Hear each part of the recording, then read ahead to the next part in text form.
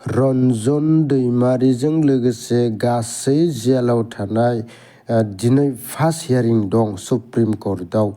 बर' रायजो राजाफोर गासैबो आइ आफा बिदा फंबाय बिब' बिनानावमोन जेरावखि थाया मानो आफा इसोरनाव आर'ज खालामबानो जाबाय। मानो होनोब्ला बर' हारिनि थाखाय जेन रिजाल्ट मोजां जानानै रायजोनि मोजां खामानि मावनो हायो, थिग बेनि थाखाय आर'ज खालामना हो। जै आफा इसोरनाव आर'ज खालाम। डियार नाब्ला सारनि जै डियार नाब्ला सारनि। रनजन दैमारिजों लोगोसे गासै जेलाव थानाय दिनै फार्स्ट हियारिं दं सुप्रिम कर्टआव। बर' रायजो राजाफोर गासैबो आइ आफा बिदा फंबाय बिब' बिनानावमोन जेरावखि थाया मानो आफा इसोरनाव आर'ज खालामबानो जाबाय।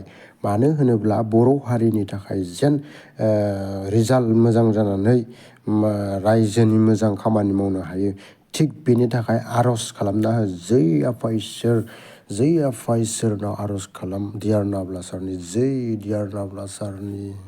जेलाव थानाय दिनै फार्स्ट हियारिं दं सुप्रिम कर्टआव। बर' रायजो राजाफोर गासैबो आइ आफा बिदा फंबाय बिब' बिनानावमोन जेरावखि थाया मानो आफा इसोरनाव आर'ज खालामबानो जाबाय।